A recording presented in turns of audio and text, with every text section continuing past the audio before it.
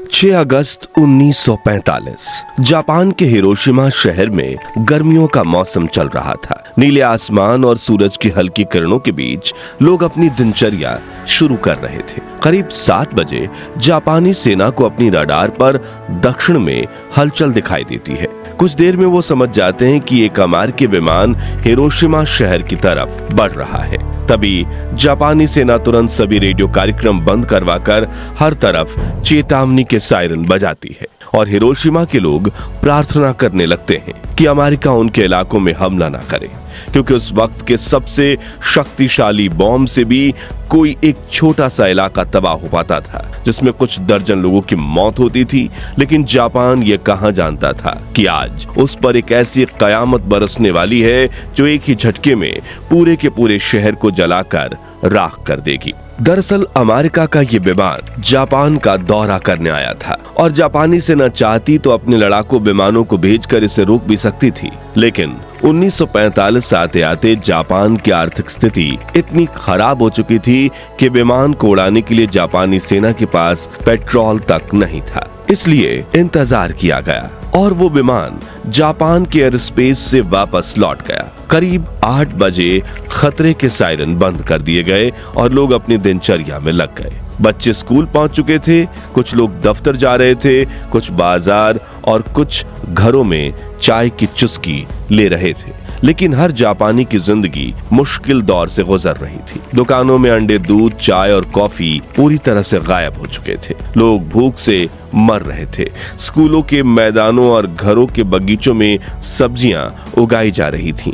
Petrol भी आम लोगों की पहुंच से बाहर हो चुका था, इसलिए सड़कों पर एक भी निजी कार नहीं दौड़ रही थी। हिरोशिमा की सड़कों पर हर तरफ साइकिलें और पैदल चलते लोग दिखाई दे रहे थे। सुबह के करीब 8 बजे जब हिरोशिमा के लोग दोबारा अपनी जिंदगी की ओर लौट ही रहे थे, तभी आसमान में एक और विमान दिखाई देता है। जापानी सेना इस विमान को भी रोक सकती थी, लेकिन उन्हें लगा ये भी पहले की तरह परिस्थिति का जायजा लेने आया होगा। लेकिन वो नहीं जानते थे कि ये विमान करीब 1 लाख लोगों की मौत का फरमान लेकर आया है। ये विमान था अमेरिका का B-29 बॉम्बर इनोल गे, जिसे उड़ा रहे थे लेफ्टिनेंट कर्नल पॉल टिबेट्स। इस विमान के दाहिने विंग से 10 मीटर की दूरी पर 1 किलोमीटर पीछे एक दूसरा B-29 विमान ग्रेट आर्टिस्ट उड़ रहा था, जिसके पीछे एक तीसरा बम वर्षक भी था, जिसे जॉर्ज मार्कराड उड़ा रहे थे। उनकी अकेली जिम्मेदारी थी तस्वीरें लेना, इतिहास के सबसे बड़े परमाणु हमले की तस्वीरें। उधर अमेरिकी विमान हिरोशिमा की तरफ बढ़ रहा था और इधर रडार देख रहे जापानी सैनिकों की धड़कन। तभी 8:15 पर लेफ्टिनेंट कर्नल पॉल टिबेट्स एक बटन दबाते हैं और दुनिया की सबसे बड़ी तबाही जमीन की ओर गिरने लगती है। ये था 4 टन वजनी लिटिल बॉय नाम का दुनिया का पहला न्यूक्लियर बम। इस बम को हिरोशिमा के अओई ब्रिज पर गिराना था, लेकिन हवा इतनी तेज थी कि अपने लक्ष्य से 250 मीटर दूर शीमा सर्जिकल क्लिनिक की तरफ बढ़ने लगता है। करीब 43 सेकंड्स तक नीचे गिरते हुए इस बम को हिरोशिमा के कई लोग अपनी आंखों से देखते हैं, मगर वो कुछ समझ पाते उससे पहले ही जमीन से करीब 600 मीटर ऊपर हवा में ही लिटिल बॉय ब्लास्ट हो जाता है। आसमान में अचानक एक तेज रोशनी फटती है और जो लोग जमीन पर थे उनकी आंखें पलक झपकने से पहले ही जल जाती है और फिर एक जोरदार धमाका।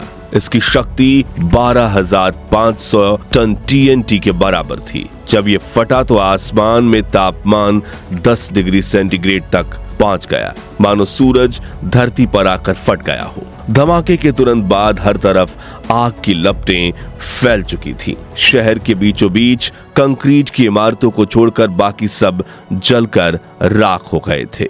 विस्फोट का असर इतना तेज था कि ग्राउंड जीरो से 15 किलोमीटर दूर हर इमारत के खिड़कियों के शीशे चकनाचूर हो गए। पलक झपकते ही हिरोशिमा की 2/3 इमारतें धाराशाही हो गईं। विस्फोट के चारों तरफ कई किलोमीटर तक आग की आंधी फैल गई। करीब 4000 डिग्री सेल्सियस तापमान पर उठी आग के इन लपटों ने पेड़ पौधे, जीव जंतु, जानवर और इंसान किसी को नहीं बख्शा और एक क्षण में ही हिरोशिमा की 2.5 लाख आबादी से 30 50% यानी 80,000 लोग जलकर भाप बन गए। हिरोशिमा पर बम गिराने वाले पायलट पॉल टिबेट्स बताते हैं, जैसे ही विस्फोट हुआ, एनोला गे के आगे के केबिन में रोशनी फैल गई। मैंने अपने दांतों में एक अजीब सी सिहरन महसूस की। विमान के पिछले हिस्से में बैठे हुए टेल गनर बॉब कैरन ने अपना कोडक कैमरा उठाया और नीचे के दृश्य की तस्वीरें लेने लगे। नीचे के बैगनी बादलों के बीच सफेद धुएं का एक रेला 3000 फीट तक उठा और उसने एक मशरूम की शक्ल बना ली। रेडिएशन से बना एक ऐसा जहरीला मशरूम जो आने वाले कई दशकों तक हिरोशिमा के लोगों को तड़पाकर मारने वाला था। 13 वर्षीय सेतुत्सुको थर्लो, जो उस समय स्कूल में थी, बताती हैं, मैंने एक तेज सफेद रोशनी देखी और फिर सब कुछ काला हो गया। जब होश आया तब मैं मलबे में दबी हुई थी। मेरी सहेलियां चीख रही थीं, कुछ की आंखें निकल आई थीं, कुछ के शरीर से खाल लटक रही थी। मैं बस रेंग कर बाहर निकली, लेकिन वहां बाहर कोई दुनिया ही नहीं बची थी। आग की लपटें मेरा पीछा कर रही थी। मैं बहुत तेज भागी, तभी पीछे से मुझे एक जानी पहचानी आवाज सुनाई थी। वो मेरी सहेली थी जो मलबे के नीचे फंसी थी। मैंने उसे निकालने की कोशिश की, तभी आग की लपटों ने उसे मेरी आंखों के सामने जला दिया। मैं और तेज भागी, लाशों के ढेर के बीच से जैसे तैसे करके एक पहाड़ी पर पहुंची, और जब मैंने पीछे मुड़कर देखा तो मुझे मेरा शहर नहीं बल्कि आग का जलता हुआ नर्क दिखाई दिया। उधर हिरोशिमा के पूर्वी इलाके में एक ट्रेन शहर की तरफ बढ़ रही थी। अचानक जवानों ने चलती ट्रेन रोककर सभी पैसेंजर्स को नीचे उतर जाने के लिए कहा। डिब्बों को इंजन से अलग कर दिया और वहीं रोक दिया गया, लेकिन इंजन आगे बढ़ता चला गया। लेकिन वो बहुत आगे नहीं जा पाया, क्योंकि रेलवे लाइन पैदल शहर छोड़कर आने वाले लोगों से भरी हुई थी। उनमें से कुछ लोगों की त्वचा उनके चेहरे से लटक आई थी और कुछ की बाहें इस तरह झूल रही थी जिस तरह दीवार से आधा फटा पोस्टर झूलता है। कुछ लोग बहुत धीरे चल रहे थे और उनके मुंह से सिर्फ आवाज निकल रही थी, पानी पानी पानी। लेकिन रेडिएशन ने शहर के पानी को जहरीला बना दिया था और लगातार इस बात से अनजान जिन भी लोगों ने इस जहरीले पानी को पिया वो तड़प कर मारे गए। रात के करीब 11 बजे एटम बम विस्फोट से पैदा हुए बादलों की वजह से हिरोशिमा में तेज बारिश होने लगी। ये काली बारिश थी जिसमें गंदगी, धूल और विस्फोट से उत्पन्न हुए रेडियो एक्टिव तत्व मौजूद थे। रेडियो एक्टिव राख और पानी से बनी इस बारिश की बूंदे जहाँ गिरती वहाँ जमीन जहरीली हो जाती। मगर प्यास से तड़प रहे कुछ लोगों ने इस पानी को पिया और चंद मिनटों में तड़प कर मर गए। वहीं जो लोग उस दिन बच गए वो धीरे धीरे रेडिएशन के असर से मरने लगे। किसी को कैंसर हुआ, किसी के अंग गलने लगे तो किसी की आने वाली पीढ़ियां विकलांग पैदा हुई। इस धमाके के वक्त हिरोशिमा शहर में 1 सेकंड में 80,000 लोगों की जान गई थी, जो 1 साल में बढ़कर 1,40,000 के पार पहुंच गई। लेकिन बचने वालों में से एक थे 37 वर्षीय रिपोर्टर सातोशी नाकामुरा, जो हिरोशिमा से थोड़ी दूर अपने दोस्त के घर गए थे। जब एटम बम फटा तो उसके असर से वो जमीन पर गिर पड़े और उनके चेहरे को टूटे शीशों ने घायल कर दिया। तभी उन्होंने तुरंत अपनी साइकिल उठाई और हिरोशिमा की तरफ बढ़ने लगे। जब वो दोपहर तक शहर में पहुंचे तो उनके पैरों तले जमीन खिसक गई। हर तरफ सिर्फ लाशें थीं, जलते हुए शव, बदहवास बच्चे, मलबे में दबे लोग और सड़कें जो अब पहचान में नहीं आ रही थीं। नाकामुरा पहले पत्रकार थे जिन्होंने हिरोशिमा की तबाही को अपनी आंखों से देखा। सातोशी ने वहीं से ओकायामा स्थित डोमी न्यूज एजेंसी के दफ्तर में पहला डिस्पैच डिटेक्ट किया। 8:16 पर दुश्मन के 2 विमानों ने हिरोशिमा पर एक असाधारण बम गिराया। शहर पूरी तरह से तबाह हो चुका है और अनुमानित 1,70,000 लोग या तो मारे गए हैं या गंभीर रूप से घायल हैं। फोन लाइन के दूसरी तरफ बैठे ब्यूरो चीफ को यकीन नहीं हुआ। उन्होंने नाकामुरा से कहा, यह संभव नहीं है, एक ही बम से कैसे इतने लोग मर सकते हैं? सेना भी मानने को तैयार नहीं है, आप रिपोर्ट में संख्या थोड़ा कम करें। नाकामुरा का चेहरा अब भी खून से लथपथ था। उनकी आंखों में गुस्से और सच्चाई की आग थी। उन्होंने बिना रुके टेलीफोन पर चिल्लाकर जवाब दिया, सेना मूर्ख है, उन्हें नहीं पता कि हमने नर्क को जिंदा देख लिया है। हिरोशिमा में हुए इंसानियत के सबसे बड़े नरसंहार की खबरें पूरी दुनिया में फैलने लगी। हर कोई हैरान था कि आखिर इतना खतरनाक बम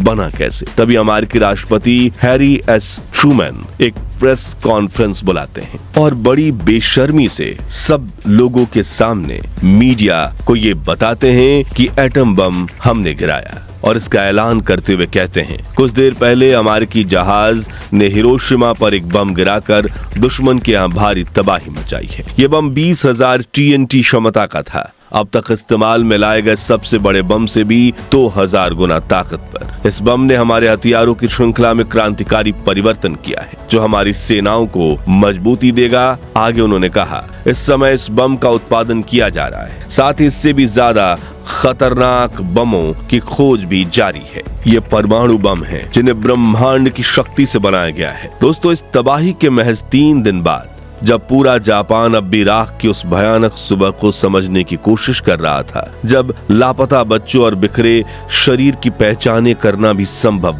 नहीं हो गया था, उसी समय 9 अगस्त 1945 की सुबह फिर वही नीला आसमान था, वही गर्मी थी और वही बेखबर लोग थे। लेकिन इस बार निशाना था जापान का एक और शहर, नागासाकी। सुबह करीब 11 बजे अमेरिकी बम वर्षक विमान बॉक्सकार करीब 10,000 मीटर की ऊंचाई से नागासाकी के ऊपर पहुंच चुका था। पहले इसका निशाना जापान का शहर कोकूरा था, लेकिन मौसम खराब होने की वजह से वो सीधा नागासाकी की ओर मुड़ गया। 11:02 पर लेफ्टिनेंट कर्नल चार्ल्स स्वीनी ने फैटमैन नाम का दूसरा परमाणु बम गिरा दिया। ये बम पहले बम लिटिल बॉय से कहीं ज्यादा शक्तिशाली था। इसमें प्लूटोनियम का इस्तेमाल किया गया था। जैसे ही बम नीचे गिरा, पूरा आसमान पीली और सफेद रोशनी से फट पड़ा। ऐसा लगा जैसे सूरज को जमीन पर उतार दिया गया हो। एक पल के लिए पूरे शहर में अंधकार छा गया, फिर उजाले का ऐसा विस्फोट कि आंखें खुली की खुली रह जाएं। इस धमाके ने अपने आसपास सैकड़ों किलोमीटर रेडियस में सब कुछ जलाकर राख कर दिया। सैकड़ों लोग सीधे भाप बनकर उड़ गए, उनकी हड्डियां तक नहीं बची। जो जीवित बचे, उनकी त्वचा गल चुकी थी, कपड़े जलकर उनके शरीर से चिपक गए और बच्चे माओ की गोद में कोयले की मूर्ति बन चुके थे। एक अस्पताल की नर्स सानो म्यूको, जो उस दिन जिंदा बच गई थी, उन्होंने बाद में कहा, मैंने भगवान से कभी नहीं कहा था कि मुझे ये दिन दिखाए। मेरे सामने बच्चे जल रहे थे और उनके रोने की आवाजें अब भी मेरे कानों में गूंजती हैं। चर्च, स्कूल, घर, कुछ भी नहीं बचा था। नागासाकी में उस दिन करीब 74,000 लोग मारे गए थे और हजारों जिंदगी भर जलन, कैंसर और दर्द के साथ जीने पर मजबूर हो गए। उधर अमेरिका के राष्ट्रपति हैरी एस ट्रूमन ने एक बार फिर कॉन्फ्रेंस में कहा, जापानियों को अब तक पता चल चुका होगा कि हमारा परमाणु बम क्या कर सकता है। अगर जापान ने अभी भी आत्मसमर्पण नहीं किया तो हम और हमले करेंगे और दुर्भाग्य से इसमें हजारों नागरिक मारे जाएंगे। 2 न्यूक्लियर अटैक्स और 8 अगस्त को सोवियत यूनियन की तरफ से जापान के विरुद्ध मोर्चा खोल देने पर जापान के सामने कोई चारा नहीं बचा और इस दूसरे हमले के 6 दिन बाद जापान ने अमेरिका के सामने आत्मसमर्पण कर दिया। दोस्तों, हिरोशिमा और नागासाकी की ये कहानियां सिर्फ इतिहास नहीं, यह इंसानियत की सबसे कड़वी सच्चाई है।